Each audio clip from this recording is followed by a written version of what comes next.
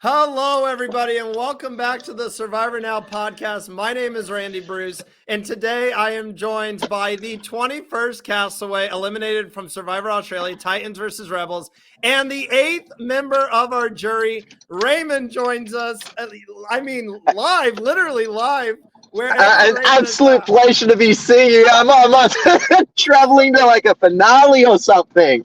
So Oh, yeah, no, a pleasure to be here. So you're gonna have to excuse hopefully the loud noises and everything, but a pleasure to be here on the Survivor Now podcast, not the Survivor Then podcast. We're living now. so, Raymond, last night we saw your elimination all play out, and we're going to get into like the survivor side of things. But the first thing that I've been wanting to ask you is the Yeah. haircut. It's looking outstanding. What happened to the golden locks, my dude? Yeah, so when I did the original interview for Times versus Rebels in person, I was there. I sort of had like a little bit of like regrowth because I dyed my hair earlier in the year, and then I somehow got on, and I was told I was a rebel, and I was like, I have no idea why someone like me would be considered as rebellious. Maybe it's the hair, so I just went full fledged on it, and yeah, it looked ridiculous during the whole thing. So No, it looked great, man. You're gonna be remembered. That's the first thing. As soon as I saw you, like out, when you were posting stuff online, I saw in a picture like the shorter hair, and I was like, I didn't recognize you at first. So it looks amazing, man. And now, thank granted, you. everyone, of course, man, and granted, everyone wants to hear about the Survivor side of things, and we got a lot to talk about because I you could went talk out about there. Survivor for hours. You went out Love the there and game. played an incredible game, my man. Like absolutely, I don't know where to Thank start. you. If I look at like everything you pulled off, I seriously don't know where to begin. I guess we'll start with if you're gonna go out, do it at Final Four in a fire making challenge. And I being know. being a I fan of the show, know. how awesome. Obviously, it sucks that you got taken out that way, but how awesome did it feel from the fans' perspective to be able to go through that experience? It was good. I don't think many people have been given the have been able to do it in Australian Survivor history. I know in the American one it's like a yearly thing, but nah. I mean, to go out that way, it's. Although I would have liked to have gone like that one day further, it's yeah, it's good. Yeah, it's good. You're going to go down in history as literally we remember that moment Raymond got taken out by Caroline in fire. And I am No, curious. We kept hearing you refer to fire all day, even in your voting confessional. You said prepare to make fire. Were you practicing, fire making throughout the day, expecting that it was going to be a 2-2 draw? I was practicing fire a week leading up to the making of the fire. I knew it sort of on the day, maybe even a day before, I can't remember, but I knew that it would be me having to make fire against Caroline once. Actually, no, it would have been straight after the challenge that I would have found that out. But yeah, it was for some reason like I they picked me to make the fire. Maybe yeah. It's I wish that it hadn't have been that. I wish I could have made it just that one step forward further. But yeah, 1 week leading up to the end, I was practicing quite often making fire.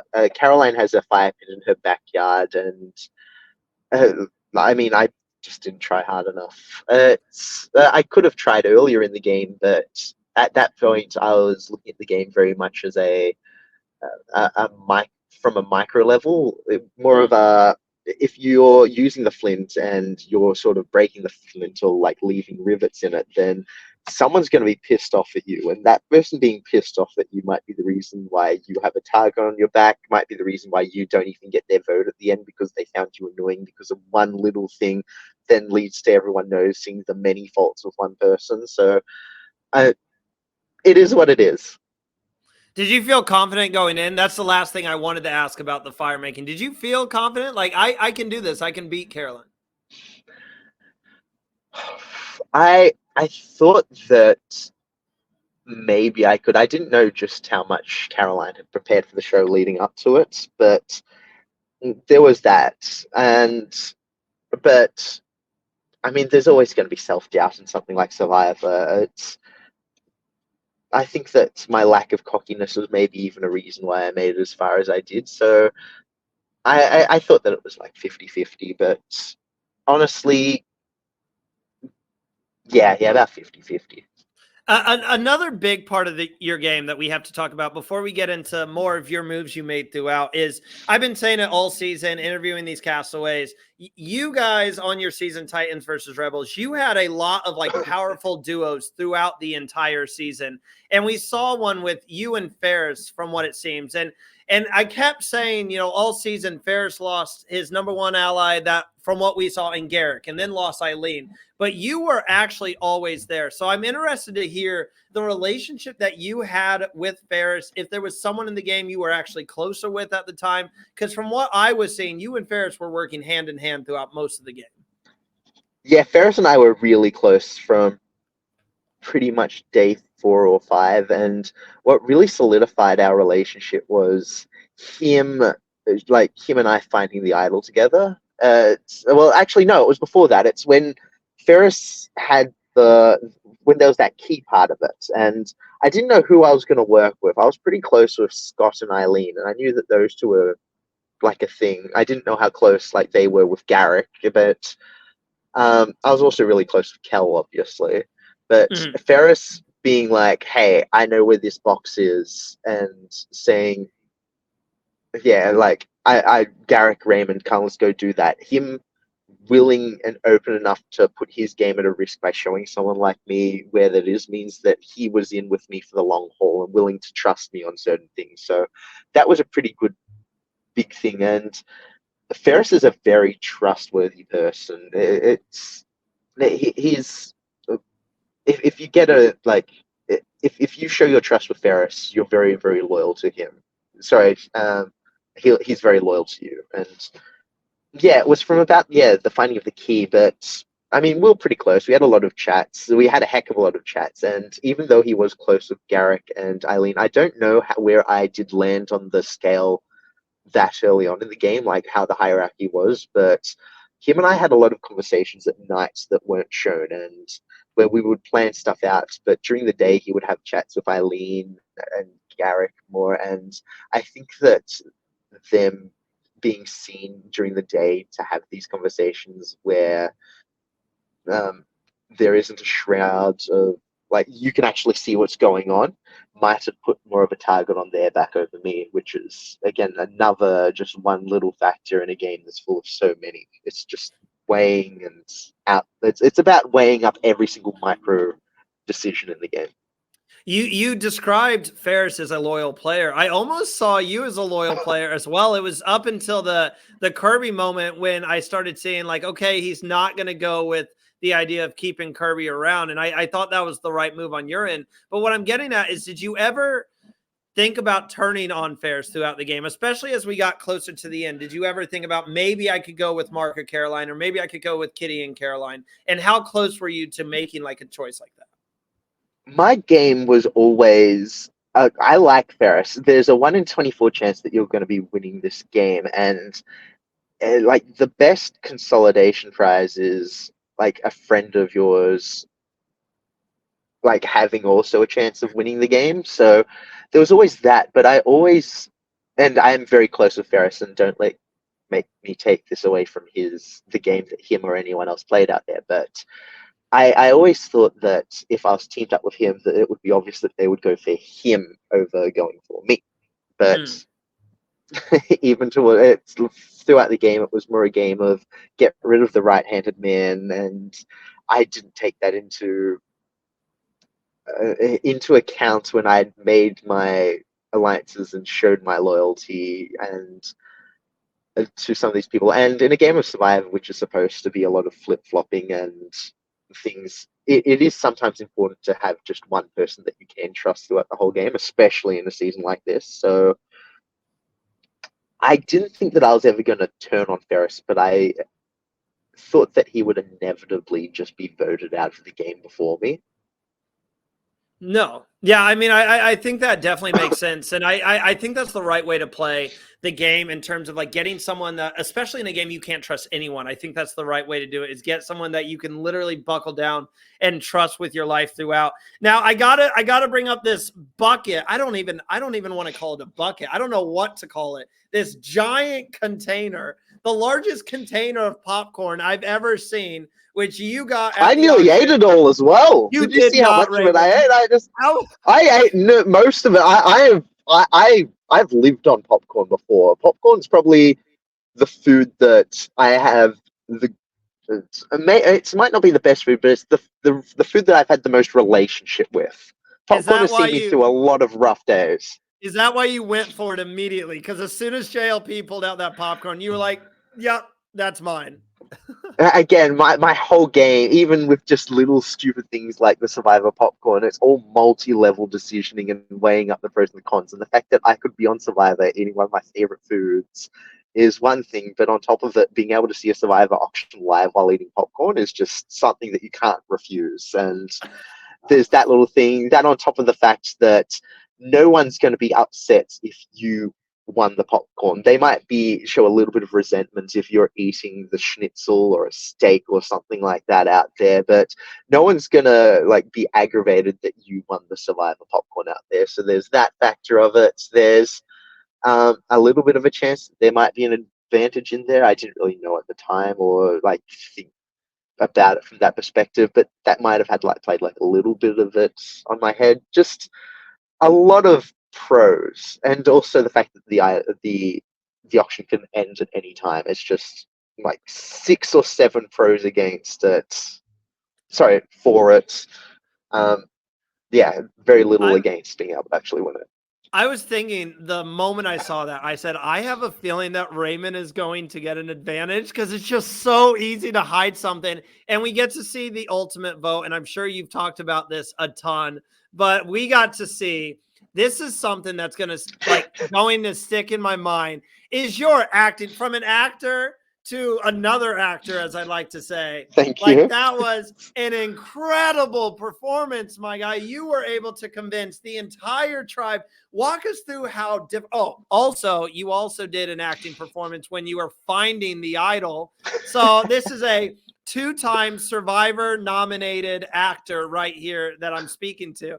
So how difficult and how nerve-wracking was it for that entire time period trying to convince everyone that you were just miserable and need to leave the game? So with that, it's probably one of the hardest things I think anyone can actually do in Survivor. The risk to reward ratio is just off the charts because realistically at that point I wasn't going home anyway. So like I was probably safe because nobody really saw me as a threat going into like the final 6 or 5 at that point. So there's that, but sorry, yeah, but I mean, you have a chance to do something like that. I was a little bit pissed off at Mark at that point because he'd lied to me the vote before about using idols and sending Jaden home, which had to happen for my game anyway, something like that. But the fact that I was put in a position where sort of I had to do it. Realistically, you shouldn't have to. So it's a dumb advantage. And I It's starved tough. myself for 3 days. It's a dumb advantage. I starved myself for 3 days. I felt the effects from starving myself for pretty much the rest of the game going forward. Not that I was winning any challenges anyway. Who am I trying to kid? But I just love that you played it because dumb you're move. right. You weren't in contention, and I love the fact that you said, "Look, this is my last chance to play it. I'm gonna play it." And advantage aside, that's what you got to do in this game. Of all people, you have to. We heard about it. You have to build your resume, and you have to have those big moves on your resume, and that's something that you could have owned and immediately been like, "Hey, I did that." Even though Ferris knew, even though Kirby knew, even though you had some help, that was a big move. You chose to send Valeria home with that. What made Valeria the biggest target in your eyes? Because from what we saw, it really was up to you. Ferris and Kirby said, whoever you want, that's who we can send home. Why was Valeria the biggest target in the game? Well, I was pissed off the night before because of Mark. Basically, with the Jaden vote, they said, "Hey," Mark was like, flip your vote. And I was open to doing something like that because I was pissed off with Eileen, and I knew that Jaden was very much in locks with Riri, and Riri and Jaden are the only people at that point that are willing to bring Kirby to the end of the game. And I don't think that Kirby is making it to the end of the game unless, sorry, she's not making it to the end of the game if Riri and Jaden aren't there. So getting rid of Jane was important, but I said, I will do this. I'll turn my alliance, but I don't want that idol being played. And I'm putting my trust in Mark, and for Mark to just like get Alex to instantly play it was really just, I was like, well, screw this, especially when straight after it, him and Valeria come up to me just after that tribal council was like, I think we can work with you. And I was like, yeah, okay. Well, that's like what starts that, because I was really pissed off the fact that it's like if I'm giving something to someone in the game and I'm putting myself on the line for it just to not be returned instantly so you can get one day further in the game really pisses me off. And I was open to doing something like that. So that's one reason against Valeria. Another reason is that it's a pretty sneaky move, and I don't think that a lot of people would be comfortable with someone like if I did it and Kirby or Ferris went home, even though it would be a massive move. The jury likes these people. Their perception of these people is a lot higher than mine because they're just they have such radiant personalities, and they're a lot. That's yeah, there's that to it. And if you send someone like Kirby home with a move like that, and you're sitting at the very end in the jury, she's going to be there tearing you a new asshole, and people in jury like her. It's about jury management, so that's the reason. Valeria, a lot of people weren't happy that she won the $60,000 over them. She's already she's gonna be angry at anyone on a final jury anyway if you make it. So there's not that much love lost, especially when she's been making fun of everyone during every tribal council. It's just all pro putting it on Valeria over anyone else. Well, no, I definitely feel that. And Raymond, I wish I could sit here and chat Survivor with you all day, because I for sure would in a heartbeat. There's one final question before I have to let you go here, and it's a straightforward one. Would you go out and play again? If you got the call, would you like to go back out there? Again, like my answers, they're always so long-winded. But the thing is, I think I played a really good game out there, but the fact that a lot of it wasn't shown means that there's probably a good chance that I wasn't overly good TV. So, I mean, as much as I would love to play Survivor again, and it's such a mental game, it's like nothing that we'll ever experience ever again, and that means that a lot of life's going to be boring from now on. As a fan of the show, as someone that wasn't shown all that much, I don't think that maybe I would be as deserving to go back as someone like an Eden who was got more confessionals, might have brought more back. So as much as I'd like to play again, it maybe as like a backup plan to someone else. If they were like desperate last minute, I'd probably do it. But realistically, what's the point in having a thought that you are going back if like that's the edit they gave you? Well, I am definitely going to put a vote into having you back. You know that I have your back, Thank and I you, would love Randy. to see you go back out there. Raymond, yeah, of course. Thank you so much for joining, Raymond. Really appreciate it. And if you enjoyed this, hit that like button, subscribe to the channel, and we will catch you guys next time with more Australian Survivor coverage.